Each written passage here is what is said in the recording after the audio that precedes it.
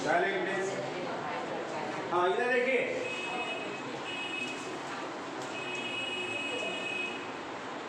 अब हम आज पढ़ने जा रहे हैं क्लास 9 में साइंस एंड टेक्नोलॉजी सब्जेक्ट के अंतर्गत कार्बन एंड इम्पॉर्टेंट एलिमेंट्स। ठीक है, हमने कल देखा कि कार्बन डाइऑक्साइड कैसा प्रिपेयर करते हैं और कार्बन डाइऑक्साइड की प्रॉपर्टीज़ क्या होती है। ठीक है, तो उसमें मैंने आपको बोला था फायर एक्सटिंग्विशर के बारे में। फायर एक्सटिंग्विशर मतलब अपने स्कूल में भी रखा हुआ है ना। तो ये फायर एक्सटिंग्विशर जो है कहीं आग को बुझाने के लिए, ठीक है, उसके लिए इसका उपयोग होता है। ठीक है, तो ये होता कैसा है, इसका इंटरनल स्ट्रक्चर्स क्या होता है, इसमें क्यों कैसे आग बुझाई जाती है, कारण क्या है। तो आपके बुक्स में एक सिलेंडर टाइप दिया है, ऊपर नॉब दिया है दबाने के लिए। जैसे ही आपने अगर नॉब को दबाएंगे तो यहाँ लग गई, वहाँ छोड़ेंगे तो बहुत ही फास्ट और फोर्स के साथ, बहुत ही जोर से वहाँ से क्या निकलती है, गैस निकलती है। कौन सी गैस निकलती है, वो है कार्बन डाइऑक्साइड। मैंने आपको उसी का प्रॉपर्टीज बताया था कि अगर कार्बन डाइऑक्साइड गैस के गैस जार में अगर आपने जलती हुई कैंडल भी लेके जाते हैं तो क्या हो जाती है, एक्सटिंग्विश हो जाती है, मतलब बुझ जाती है। क्या हो जाती है, बुझ जाती है।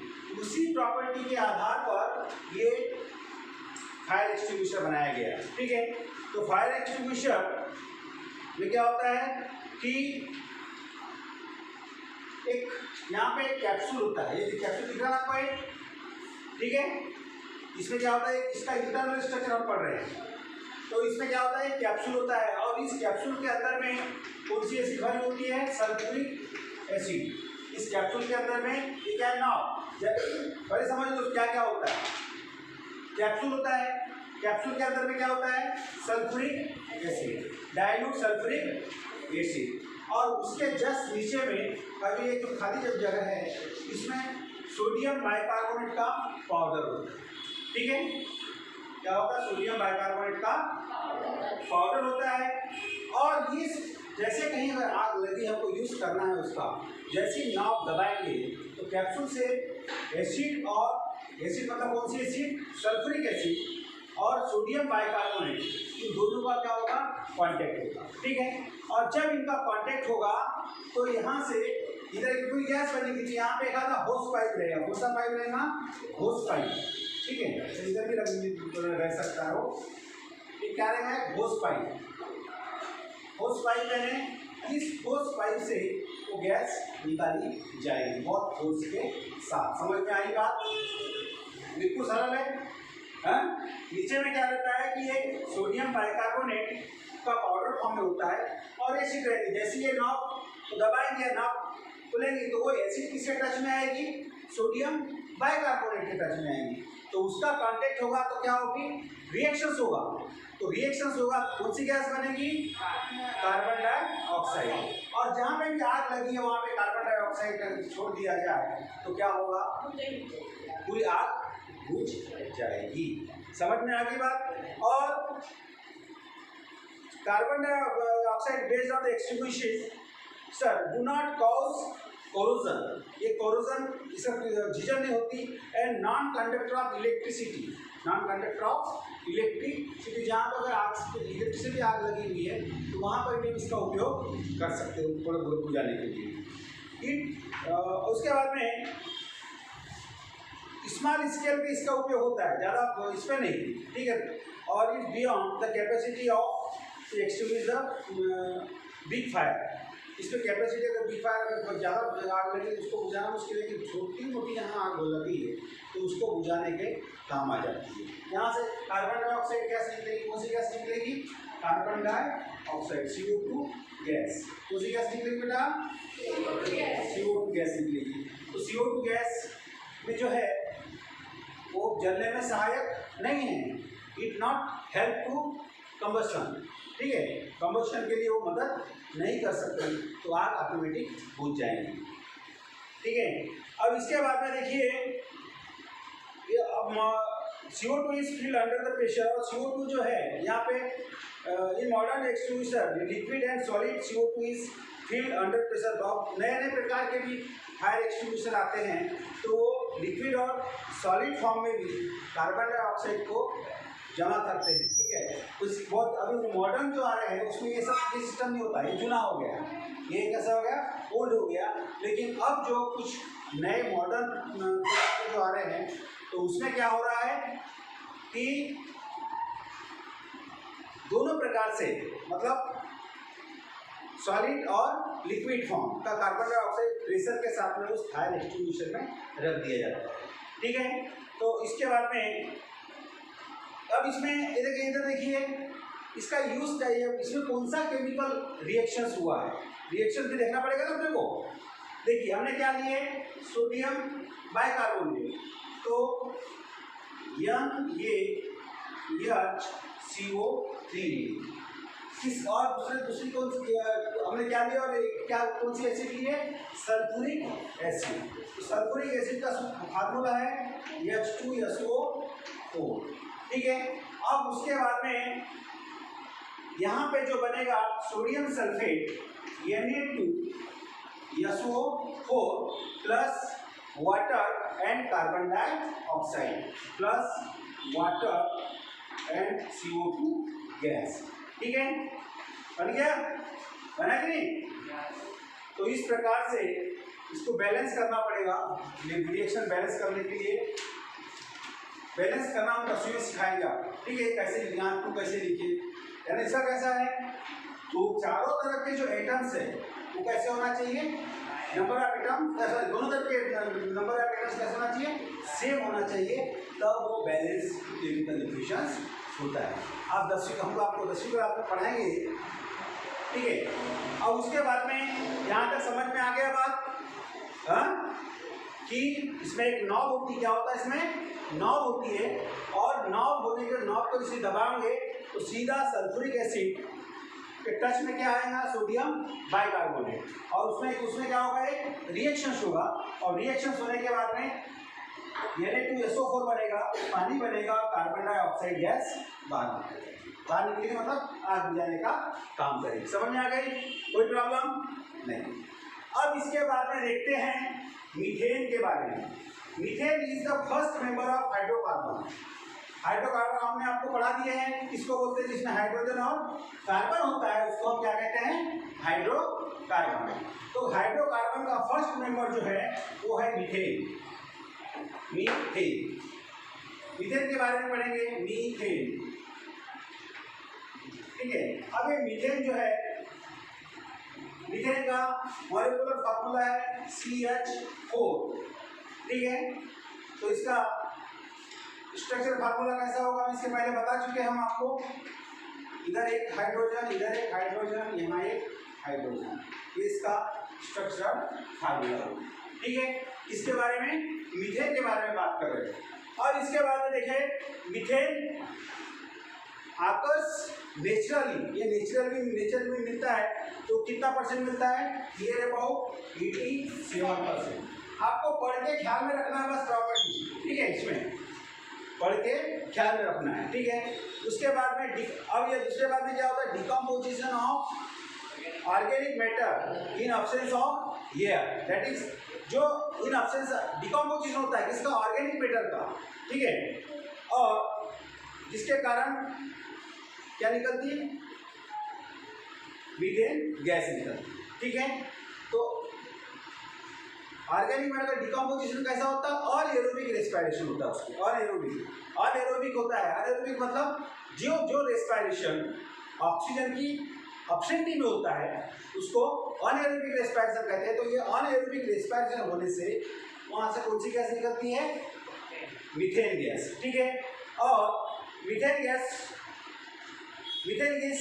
Present in the biogas. अपने घर पे जो गोबर गैस होते हैं गाँव में, बायोगैस प्लांट, ठीक है, गाँव में बायोगैस प्लांट होता है ना, उस बायोगैस प्लांट में भी कौन सी गैस होती है, मीथेन गैस होती है। समझ में आई बात। उसके बाद में methane is found in the surface of marshy places. Marshy places मतलब जो कीचड़ वाला जो भाग है, कीचड़, ये गैस कीचड़ में बनती है। ठीक है, कीचड़ में अपने आप बनती है, इसलिए इसको नाम दिया गया है मार्स गैस। क्या कहा गया है? Marsh gas. ठीक है।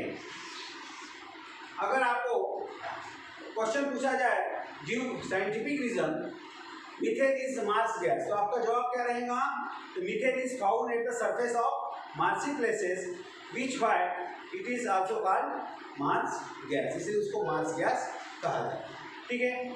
अब आप देखिए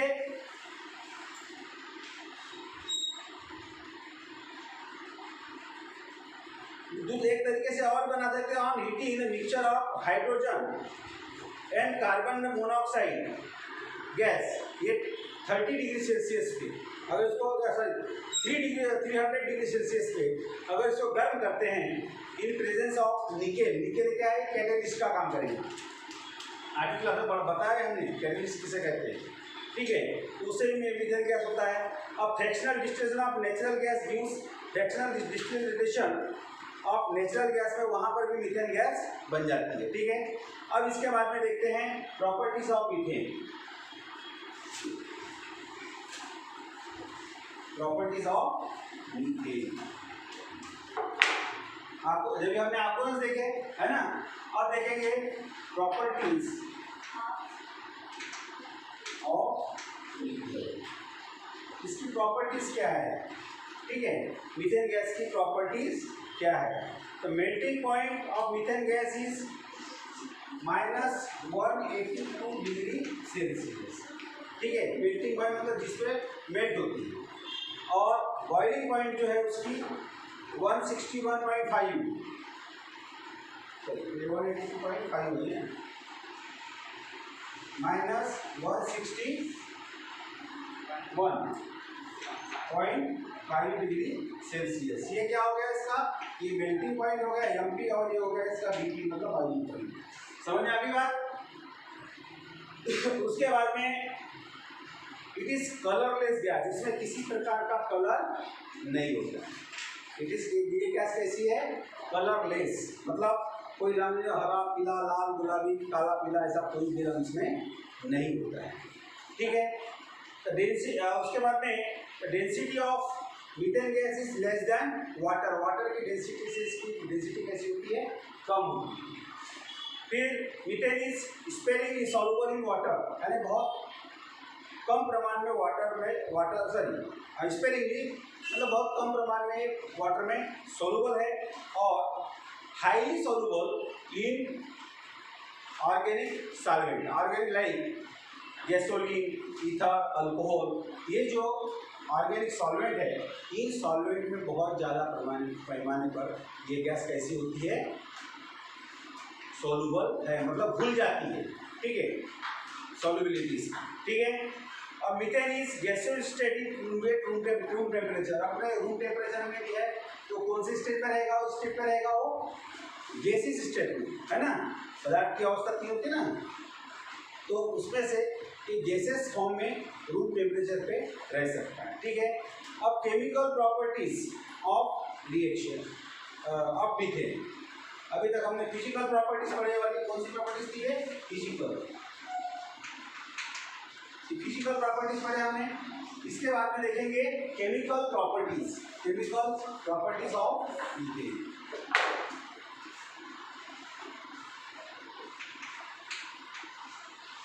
केमिकल प्रॉपर्टीज ऑफ मीथेन। अपने अगर इसको हवा की उपस्थिति में जलाया जाए तो ये ब्लू फ्लेम के साथ जलती है। कौन सी फ्लेम के साथ जलती है? ये ब्लू फ्लेम यानी नीली ज्योति के साथ जलती है, और पूर्णतः वो जल जाती है। टोटली कैसे होती है? पूर्णतः जल जाती है। ठीक है। Once completely. अब इसका देखते हैं CHO plus O2 is equal to क्या बनता है? CO2 plus H2O plus heat. क्या निकलती है इसमें? हीट निकलती है। अब अपने गांव खेड़े में जो गोबर गैस होती है, उस गोबर गैस में आप देखोगे तो आपको जो ब्लू फ्लेम के साथ में जलती मीथेन गैस है, ये कौन सी गैस है? वो मीथेन गैस। समझ में आई बात? पहली प्रॉपर्टी, ठीक है। अब इसके बाद में एक और दूसरी एक property C chlorination. Chlorination, methane gas CH4 plus Cl2, methane gas हो गई है CH4, ठीक है, और ये क्या होगी? Chlorine gas. हाँ, इस क्लोरीन गैस इन दोनों में यदि रिएक्शंस कराते हैं तो मिथाइल क्लोराइड निकलती है। क्या निकलती है? मिथाइल क्लोराइड या क्लोरोमीथेन, ठीक है। इसी रिएक्शंस को कहते हैं क्लोरीनेशन, ठीक है। CCl CH3Cl plus HCl hydrochloric acid बनती है। HCl है हाइड्रोक्लोरिक एसिड, ठीक है। तो इसको हमने क्या काम किए? मीथेन गैस और क्लोरीन गैस, इन दोनों का रिएक्शन होने के बाद में क्या बनता है? क्लोरोमीथेन। क्या बनता है? क्लोरोमीथेन बनता है। तो इसलिए इसको, इसी प्रोसेस को कहते हैं क्लोरीनेशन। क्या कहते हैं इसको? क्लोरीनेशन। समझ में आई बात? समझ में आया करे? कोई प्रॉब्लम नहीं? ठीक। और ये जो है इसका जो यहाँ पे 250 डिग्री सेल्सियस पे करा जाता है लाइट में, अल्ट्रावायलेट लाइट जलाती है। लाइट के इसमें रिएक्शंस होता है अल्ट्रावायलेट। तो इस प्रोसेस को, पूरी प्रोसेस को कहते हैं क्लोरीनेशन। क्या कहते हैं इसको? क्लोरीनेशन। समझ में आ गया क्लोरीनेशन क्या होता है?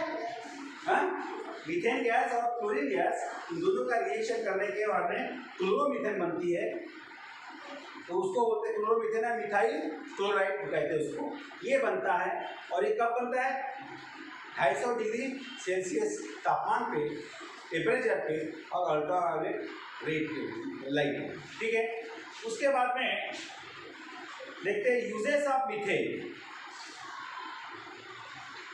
मीथेन्स का जो यूज है जनरली इंडस्ट्रीज में करते हैं, फैब्रिक्स मिल्स हो गई, पेपर मिल हो गई, फूड प्रोसेसिंग इंडस्ट्रीज हो गई, या पेट्रोल प्यूरिफिकेशन, पेट्रोल का जो प्यूरिफिकेशन करते हैं उसमें भी इस गैस का उपयोग किया जाता है, ठीक है। उसके बाद में methane is used for the production of organic compound. कुछ ऑर्गेनिक कंपाउंड बनाने के भी काम में आती है। ऑर्गेनिक कंपाउंड बोले तो ethanol, methyl chloride, methylene chloride और एसिटिलीन, ये ऑर्गेनिक कंपाउंड बनाने के लिए भी इस गैस का उपयोग किया जाता है। समझ में आ गई बात? अब इसके बाद में बायोगैस के बारे में पढ़ते हैं। तो बायोगैस कैसी बनती है? आपने गांव में बायोगैस का प्लांट देखे हो क्या? हाँ, बायोगैस का प्लांट देखे हो? कुछ लोग गाँव से आते होंगे ना, तो गाँव में बायोगैस होती कि नहीं? ऐसा टैंक होता है, दोनों से टाके होते हैं, इधर भी स्लरी बाहर निकलने के लिए, गोबर बाहर निकलने के लिए। तो उसमें जनरली क्या काम करते हैं? Dry leaves, wet garbage and cow dung वगैरह या एनिमल डग, जो भी एनिमल डग है उसकी स्लरी बना के उसमें हम डाल देते हैं, ठीक है, इसमें टैंक में। और उस टैंक के अंदर में अनएरोबिक रेस्पिरेशन होता है। क्या होता है? अनएरोबिक रेस्पिरेशन होता है, और अनएरोबिक रेस्पिरेशन होने की वजह से क्या बनता है? मीथेन गैस बनती है। और वही मीथेन गैस पाइपलाइन के द्वारा हमारे किचन में आती है, और ब्लू फ्लेम के साथ में हम उसका खाना बना सकते हैं, ठीक है। इसका उपयोग उतना ही नहीं कि उसके कारण हम लाइट का में भी उसका उपयोग कर सकते हैं, उसका लाइट भी जला सकते हैं उसके कारण, ठीक है। तो इस प्रकार से ये चीज़ है। अब बायोगैस प्रोडक्शन प्रोसेस, अब प्रोसेस कैसी है? तो माइक्रोब्स पहले इसमें बनती कैसी, जो हम गोबर वगैरह डाले, हमने काउडर वगैरह जो डाले हैं टैंक में, तो ये पहली कैसी है? Production of acid.